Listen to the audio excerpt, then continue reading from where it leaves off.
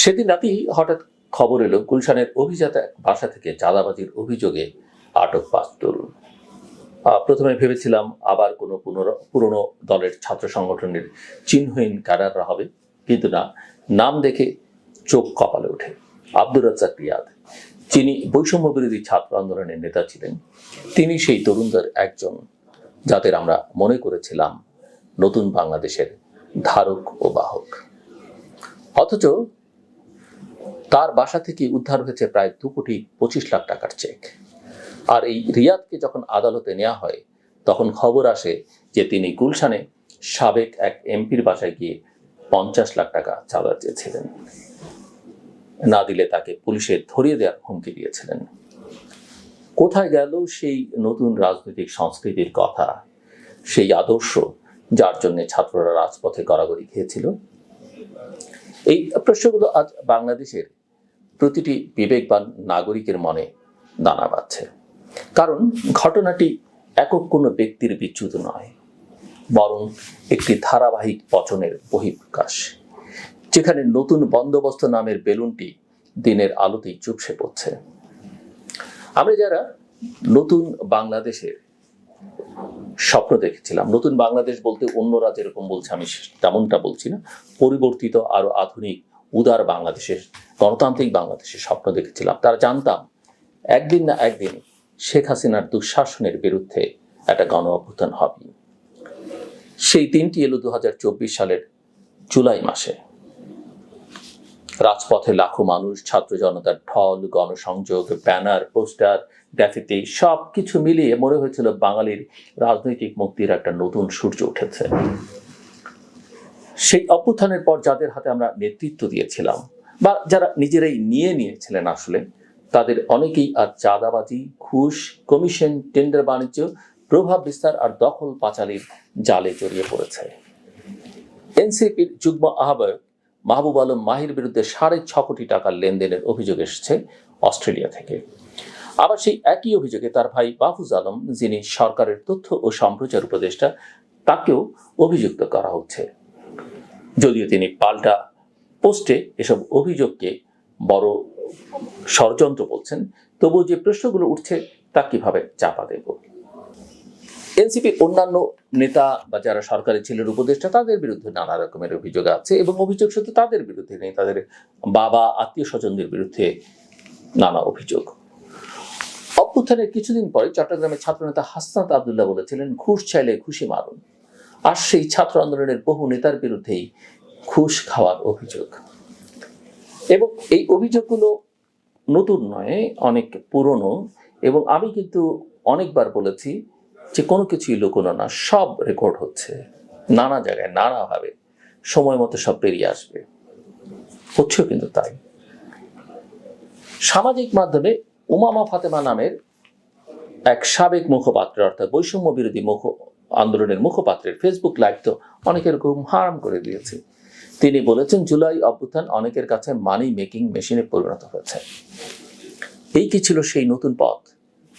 জুলাই অভ্যুত্থান তো শুধু একটি সরকারের পতন নয়, একটি স্বপ্নের জন্ম ছিল, একটি শুদ্ধ আগুনের জাগরণ ছিল। আমরা ভেবেছিলাম ছাত্ররা আদর্শ নিয়ে পথ দেখাবে, নতুনদের হাতে রাজনৈতিক কর্তৃত্ব যাবে, রাজনীতি হবে জনমুখী এবং দায়বদ্ধ। মাঝখানে আরেকটা কথা বলে রাখা ভালো, যে ছাত্ররা পথ দেখাবে মানে এই নয় যে ছাত্ররা রাষ্ট্র পরিচালনার দায়িত্ব নিয়ে নেবে।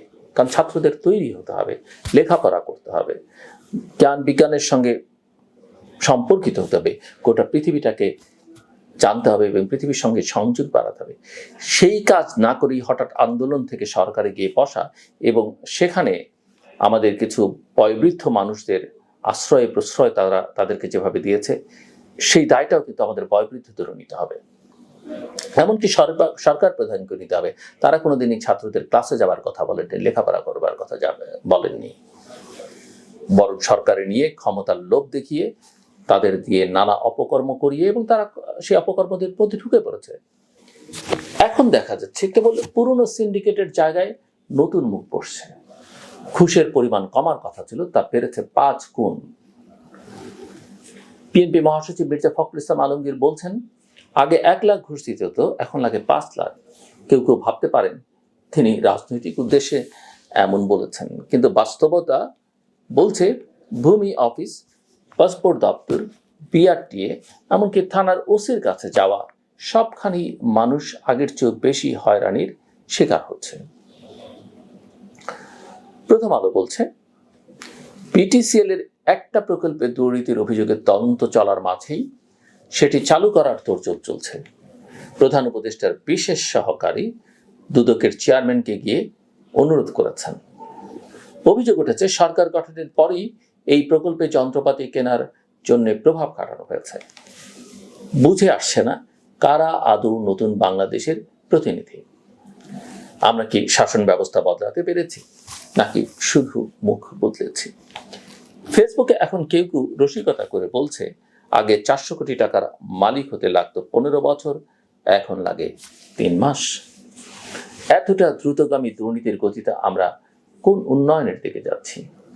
সরকারের পক্ষ থেকে মাঝে মাঝে কিছু পদক্ষেপ নেওয়ার ঘোষণা আসে, কাউকে বহিষ্কার করা হয়, কারো পদ স্থগিত করা হয়। সরকার বলতে সরকারি দলের কথাই বিশেষ করে বলা যেতে পারে। সরকারি দল বলতে আমরা এনসিপির কথাই সবাই বিবেচনার মধ্যে নেন। কিন্তু অপরাধের পর যে আইনি ব্যবস্থা দরকার সেটা দেখা যায় না। এনসিপির যুগ্ম সদস্য সচিব গাজী সালাউদ্দিন তানভীরের বিরুদ্ধে 400 কোটি টাকার কমিশন গ্রহণের অভিযোগ থাকলেও এখনো তার বিরুদ্ধে দৃশ্যমান কোনো কঠোর পদক্ষেপ নেই। বরং দেখা যায় সরকারের ভেতর থেকেই অনেক সময় এসব দুর্নীতিকে মদদ দেয়া হচ্ছে। আমরা ভেবেছিলাম নতুন রাজনৈতিক সংস্কৃতি তৈরি হবে, কিন্তু দেখা যাচ্ছে ক্ষমতা বদল হয়েছে, কিন্তু চরিত্র বদলায়নি। আসলে এটাই আজকের বাংলাদেশের সবচেয়ে বড় ট্র্যাজেডি। অনেকেই মনে করছেন যারা আন্দোলনের সময় নেতৃত্ব দিয়েছেন তাদের অনেকেই দায়িত্ব নেওয়ার পর বুঝতেই পারেননি কিভাবে এই ক্ষমতা পরিচালনা করতে হয়, তাই তারা পুরনো প্রক্রিয়ার অনুসরণ করেছেন। টেলিগ্রাম গ্রুপে বসে এখন ক্ষমতাচ্যুত আওয়ামী লীগের নেতারাও নিজেদের রাজনৈতিক সক্রিয়তা বজায় রাখছেন, কিন্তু সেখানেও চলছে চাঁদাবাজির অভিযোগ। গ্রুপে প্রবেশের জন্য, বৈঠকে কথা বলার সুযোগ পাওয়ার জন্য অর্থ লেনদেনের খবর আসছে ভারতীয় সংবাদ মাধ্যম নিউজ 18-এর রিপোর্টে। এতটুকুতেই শেষ নয়, শেখ হাসিনার উপস্থিতি থাকা বৈঠকে কথা বলার সুযোগ পেতেও টাকা দিতে হয়, এমন অভিযোগ উঠেছে। তাহলে কারা বদলালো? কাদের শিক্ষা হলো? আর কিসের নতুন বন্দোবস্ত? আবারও প্রশ্ন উঠে আসে, 5 আগস্টের পর আমরা কি চেয়েছিলাম? জনগণের রাষ্ট্র করব বলে যে ছাত্ররা পথে নেমেছিল, যে সাধারণ মানুষ পথে নেমেছিল, তারা কি ক্ষমতার স্বাদ পেয়ে আদর্শ বিসর্জন দিচ্ছে?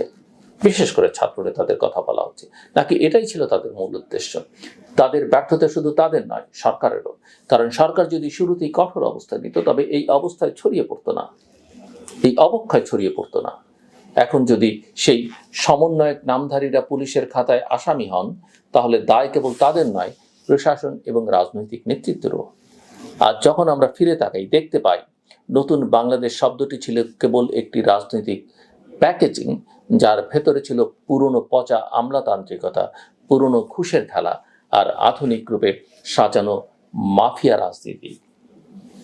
এখনো সময় আছে ভুল স্বীকার করে ব্যবস্থা নেয়ার, নইলে ইতিহাসের আদালতে জবাবদিহির পালা আসবেই।